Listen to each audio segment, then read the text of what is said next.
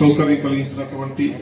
KBN కళాశాల కార్యదర్శి పూనగుంట శ్రీనివాస్ గారు, నారాయణ గారు, అదేవిధంగా ఈ సమావేశ కార్యక్రమాలను నిర్వహణ బాధ్యత మీద వేసుకుని కష్టపడి పనిచేస్తున్నటువంటి గుత్తకొండ సుబ్బారావు గారు, పూర్ణచంద్ గారు, అంతేకాకుండా అజ్ఞాతంగా ఉండి తెలుగు భాష కోసం, తెలుగు భాష రక్షణ కోసం అనేక వ్యాసాలు రచించి కష్టపడుతున్నటువంటి మిత్రులు నందువేలి ముక్తేశ్వరరావు గారు, తెలుగు భాషను కాపాడుకుందాం, ఆత్మాభిమానం పెంచుకుందామనే నినాదంతో, ఆత్మవిశ్వాసంతో, గౌరవంతో ఐక్యత చాటానికి నలుమూలల నుంచి వచ్చినటువంటి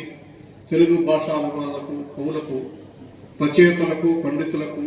సోదరి మండలందరికీ మీ అందరికీ నా హృదయపూర్వక నమస్కారాలు, స్వాగతం, సుస్వాగతం.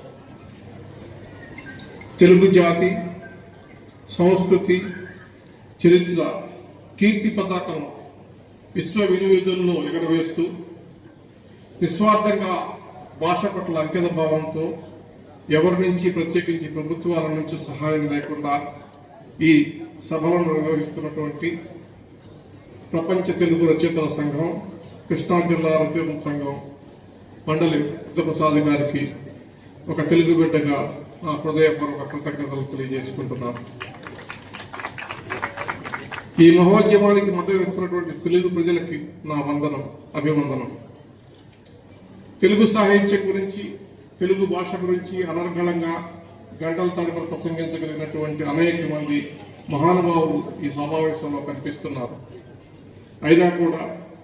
ఈ అవకాశం నాకు ఇచ్చినటువంటి ఈ సభా నిర్వహణ